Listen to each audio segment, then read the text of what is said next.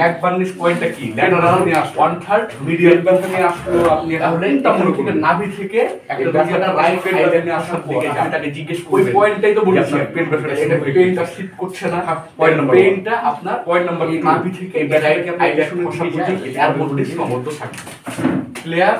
তাহলে এটাকে আমরা বলছি অ্যাপেন্ডিসাইটিস। এই সিম্পটম রেডিয়েট মানে হচ্ছে একটা প্রেসার পেইন এই জায়গা থাকে, বমি হচ্ছে, কোনো কিছু সামলাতে পারছি না, আপনার মাথায় ব্যথা হচ্ছে, এগুলোই বলবে পেশেন্ট আপনার এই জায়গাতে চলে যেতে। হ্যাঁ, তখন আপনাকে মানে বাইকটের রেডি মানে চারপাশ, এটাকে বলে রেডিয়েস। আম্বিলিকাল আপনার পেটে ব্যথা করছে, হ্যাঁ পেট থেকে আপনার পিছনে এসে মানে এটাকে আমরা বলে রেডিয়েট দরকার নাই, মানে ব্যথা হবে। যখন একটা পেশেন্ট আপনার চারপাশে ফার্স্ট অফ অল আপনি জিজ্ঞেস করবেন যে আপনার ব্যথাটা কি রেডিয়েট হয়, মানে ব্যথাটা কি পিছনের দিকে যায় বা ব্যথাটাকে উপরের দিকে উঠে। যদি আপনার পেটের থেকে বুকের দিকে আসে, আপনি কি মনে করেন জিনিসটা? আপনি সেক্ষেত্রে সাইন মানে হতে পারে যদি বুকের মাঝ বরাবর এক্সামিনেশন আর যদি বাম দিক বা ডান সাইড হয়, সেক্ষেত্রে আমরা গায়ে হাত দিয়ে আপনার একটা হাতের কোনো সমস্যা, সেক্ষেত্রে আপনার ব্যথা আসে মানে অবশ্যই তার রাইট ভেন্ট্রিকুলার ফেলার হতে পারে, অবশ্যই ভেন্ট্রিকুলার ফেলার। এবং আপনি পেশেন্টকে জিজ্ঞেস করলে বুঝতে পারবেন হার্টের কোন পেশেন্ট আমরা যে আমাদের পা ব্যথা করছে, আপনি অবশ্যই জিজ্ঞেস করবেন রাইট ফেলার জ্বর হয় আপনার, অবশ্যই বাম পা ফুলছে বা বাম পা ফুলে যাবে। আর জ্বর কি কারণে হতে পারে? জন্ডিস হলে আপনার কোনো পেশেন্টের কিডনির সমস্যা মেডিসিনের পর সেখানে তার মেডিসিন দিয়ে আগে দেখা করবে। যদি লিভারের সমস্যা আছে তাকে সাইন কি পাবেন? পাইরেক্সিয়া। আমি যেটা বলতে পাইরেক্সিয়া মানে হচ্ছে অ্যাপেন্ডিসাইটিসের একটা পেইন। তারপর হচ্ছে কিভাবে মাসেল গার্ডেন আইস যুক্ত আছে, আইস যুক্ত থাকা মানে হচ্ছে ইনফ্লামেশন। তারপরে হচ্ছে রিবাউন্ড টেন্ডারনেস। ইনফ্লামেশন মানে হচ্ছে প্রদাহ। আমি হয়তো ক্লাস নিয়েছি ওগুলোতে, যদি আপনারা ক্লাসগুলো দেখেন। মাসল গার্ডেনিং মানে কি? ইনফ্লামেশন ওই জায়গার যে মাংস প্রদাহ, ওই জায়গার যে মাংসটা আইস যুক্ত আছে মানে মনে করবেন পুরো ইনফ্লামেশন। এটাই হ্যাঁ অ্যাপেন্ডিসাইটিস।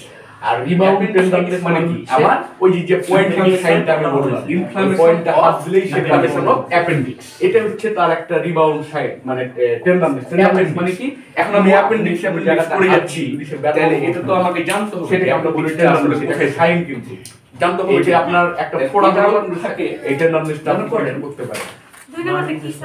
এটা হচ্ছে মাসল গার্ডেন। একটা মানুষ মাসল মানুষ লাগাতে পারি না, এই হচ্ছে বিষয়। হ্যাঁ, এটাই যদি তারপরে আসে এখন ট্রিটমেন্ট, ট্রিটমেন্ট আপনি কি দেখতে পাই না, মানে এই জায়গাটা সাইন গেল। হ্যাঁ, এই অ্যাপেন্ডিসাইটিসের তো আসলে এই সিম্পটমটা সাইন হয়, একটা পয়েন্ট থাকে অ্যাপেন্ডিক্সের মেন আপনার হচ্ছে একটা পয়েন্ট থাকে। এখন আসেন ম্যাকবার্ন সাইন না অ্যাপেন্ডিক্স পয়েন্ট। হ্যাঁ, ম্যাকবার্নিস পয়েন্ট এ যাই আমরা সেক্ষেত্রে একটা মাত্র সাইড একটা পেশেন্টের আপনার অ্যাপেন্ডিসাইটিস হয়েছে, আসে ব্যথা নিয়ে আসে আপনার কাছে, রাইট, আপনি তার ট্রিটমেন্ট করছেন না, সেক্ষেত্রে কি হতে পারে? তার যে অ্যাপেন্ডিসাইটিসের যে ভার্মিফর্ম অ্যাপেন্ডিক্সটা আছে ওটা পারফোরেশন হতে পারে। পারফোরেশন মানে কি? পারফোরেশন মানে জিনিসটা বিস্তৃত হয়ে ওটাকে ফেটে যাবে, ওটাকে বলে পারফোরেশন। আপনার ট্রিটমেন্ট না করা সেক্ষেত্রে মানে এটা একটা বিরাট ক্ষতির কারণ হতে পারে। যদি জিনিসটা আপনার ফুলে যায়, ফুলে ব্লাস্ট করে, সেক্ষেত্রে আপনি এটা ক্ষতিকর না, সেক্ষেত্রে পেশেন্ট মারাও যেতে পারে। তাহলে আপনাকে ট্রিটমেন্ট কি করতে হবে? Emergency appendicectomy. এটা হচ্ছে ওই যে আপনার এমার্জেন্সি অ্যাবডোমিনের যে থাকে, নাভি থাকে, নাভির মিডিয়াল অ্যাপেন্ডিসেক্টমি। আর হচ্ছে রাইট অ্যাপেন্ডিসেক্টমি মানে আইলেট অ্যাপেন্ডিসাইটিস ইয়ে কেটে ফেলছে আপনার এলিভেটেড নাভি হয়। আর এটা এমার্জেন্সি মানে খুব দারুণ আপনার একেবারে বলেছেন মিডিয়াল কুঠা আর কি হতে পারে? রাইট আইলিয়াকে স্টেরিও অ্যান্টিবায়োটিক, রাইট, মানে আপনার মানে এই যে রাইট এই যে অ্যান্টিবায়োটিক লাগে এই বরাবর। তাহলে আপনি চিন্তা করেন যে ল্যাটারাল মানে হচ্ছে সাইডে, এই সাইড, আর মিডিয়াম ডিসটেন্স মানে এই পর্যন্ত এটাকে তিন ভাগ করলে আমার এই জায়গাটাই পয়েন্ট, এই জায়গাটা এই জায়গা টপিক। সেটা যদি আপনি চাপ দেন এই জিনিসটা বুঝে নি বা বাম দিকে আরেকবার করলে ভালো হয়। আপনি জোরে একটু শ্বাস নেন, সেই চাপ দিতে হবে, এটুকু বুঝতে পারলে চাপ দিয়ে আপনি সে ব্যথা অনুভব করবেন, তাহলে সেটা আপনাকে বলছে এটা হচ্ছে আমার মাসে সেই বিষয় ব্যথা। একটা মাত্র পয়েন্ট, এই পয়েন্টটার উপরে আপনি বেচ করে বুঝে যাবেন যে অ্যাপেন্ডিসাইটিস। বুঝতে পেরেছেন? না বুঝতে পারলে আমাকে বলতে হবে কিন্তু। এখানে আমার শিক্ষার উদ্দেশ্য একটা, আপনার একটা বড় শিখে যান। পুড়ে যাওয়া। এখনকার ছেলেপেলেরা তো আগুনে জ্বলে পুড়ে যাচ্ছে, অনেকে প্রেমে ছাকা খেয়ে ব্যথা হয়ে যাচ্ছে।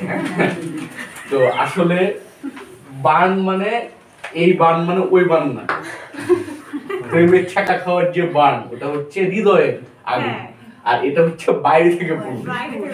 দেখালো সেটা সুপারফিশিয়াল লেয়ার, হ্যাঁ, আর ওটা দেখা যাবে না, পুড়ে ছারখার হয়ে যাবে।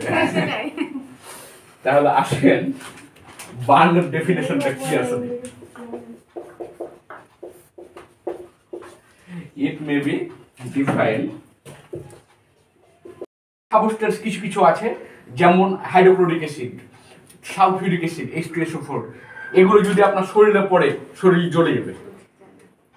তাহলে কি হলো, এটাও একটা বান মানে পুরার ক্ষেত্রে আপনার এটা একটা ইম্পর্টেন্ট একটা জিনিস, কেমিক্যাল সাবস্টেন্সেস। তারপরে আসেন পুরা এক্সটার্নাল। এক্সটার্নাল মানে কি, আমাদের শরীরের উপরের যে অংশটা, এক্সটার্নাল অর সুপারফিশিয়াল লেয়ার। তারপরে হচ্ছে ইন্টারনাল সারফেস। ইন্টারনাল কিভাবে পড়ছে, তাহলে ওই যে কেমিক্যাল সাবস্টেন্সেস যদি আপনার কোনো কারণে, এই যে আপনার টক্সিন বোটুলিনাম আছে এক ধরনের, বোটুলিনাম যদি 0.808 মিলিগ্রামের উপর আপনি খান, আপনি মারা যাবেন। কিছু ওর ভিতরের লেয়ার পুরো আপনি মারা যাবেন সাথে সাথে। তাহলে আপনি কি পরিমাণ ক্ষতিকর। তাহলে কি একটা কেমিক্যাল সাবস্টেন্সেস আপনার ইন্টারনালেরও ক্ষতি করতে পারে, ইন্টারনাল অর্গানে। তারপরে কি বলছে, ডিস্ট্রাকশন মানে কি, ক্ষতি হয়ে যাওয়া। ডিস্ট্রাকশন মানে কি, ক্ষতি হয়ে যাওয়া, মানে নষ্ট হয়ে যাওয়া, ধ্বংস হয়ে যাওয়া।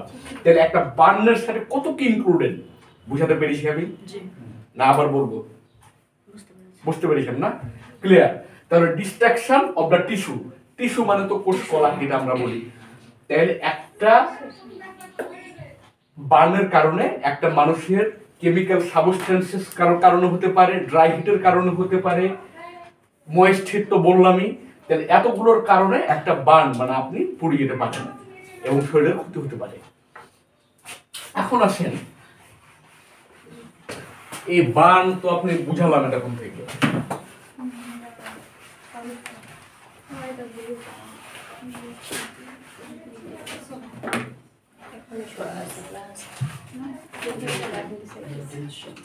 এখন এটার ক্লাসিফিকেশনটা একটু শিখে নেন। একটা হচ্ছে সুপারফিশিয়াল, হ্যাঁ, ওই প্রথমে যা সংজ্ঞাতে যা বললাম একই জিনিস, superficial, deep R full thickness burn.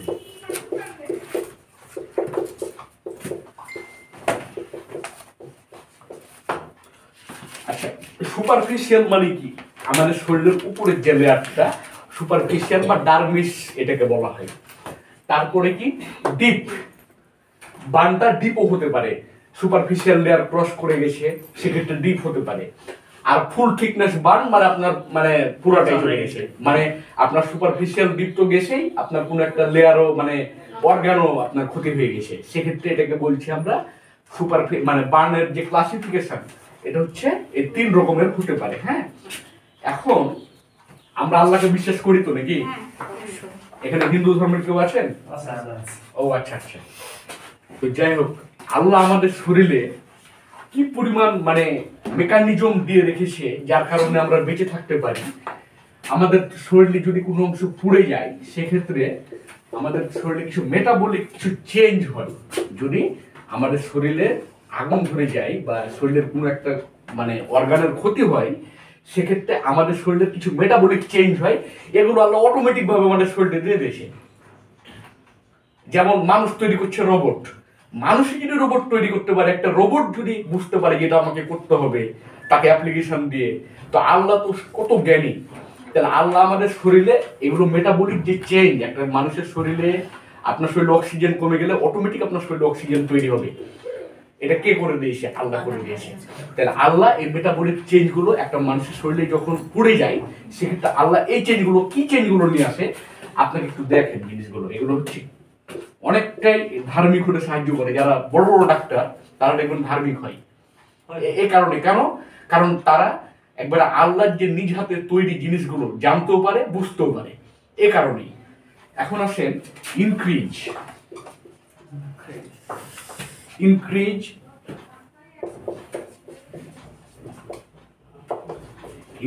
secretion of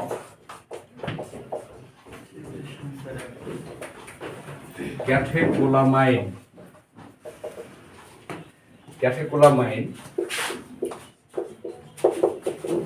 cortisol, glucose,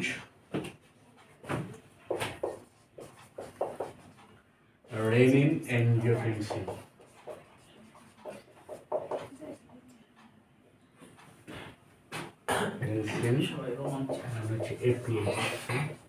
এগুলো আপনাদের এত মানে নাই করলে চলবে, আপনারা জাস্ট বুঝে যাবে একটু জিনিসটা, হ্যাঁ, তাহলেই হবে। তারপরে হচ্ছে ইনক্রিজ মেটাবলিক,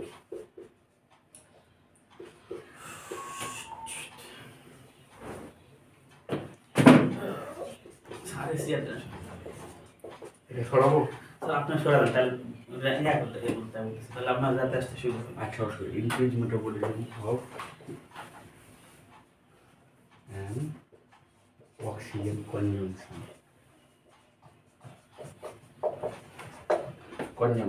আর এটা হচ্ছে গ্লুকোনিওজেনেসিস। আচ্ছা, আমরা শক্তি পাই কিভাবে? আমাদের শরীরে গ্লুকোজ বার্ন হয়, তারপর আমরা শক্তি পাই। আমাদের ব্রেনের মেন ফুয়েল হচ্ছে গ্লুকোজ। গ্লুকোজ আমাদের শরীরে যদি কমে যায়, সেক্ষেত্রে একটা ডায়াবেটিস পেশেন্ট দেখবেন যে অনেক সময় অজ্ঞান হয়ে যায়। কেন? দেখা গেল সে সকালবেলা ইনসুলিন নিচ্ছে, কিছু খায় নাই, তাহলে তো ইনসুলিনের কাজ কি? শরীরে গ্লুকোজ কমিয়ে দেওয়া। তাহলে শরীরে গ্লুকোজ যখন কমে গেল, তখন অটোমেটিক সে অজ্ঞান হয়ে যাবে, কারণ ব্রেন পর্যাপ্ত অক্সিজেন পাচ্ছে না, তখন কমায় চলে যায়, ডায়াবেটিক কমা সেটাকে আমরা বলি। কমা মানে অজ্ঞান হয়ে যাওয়া।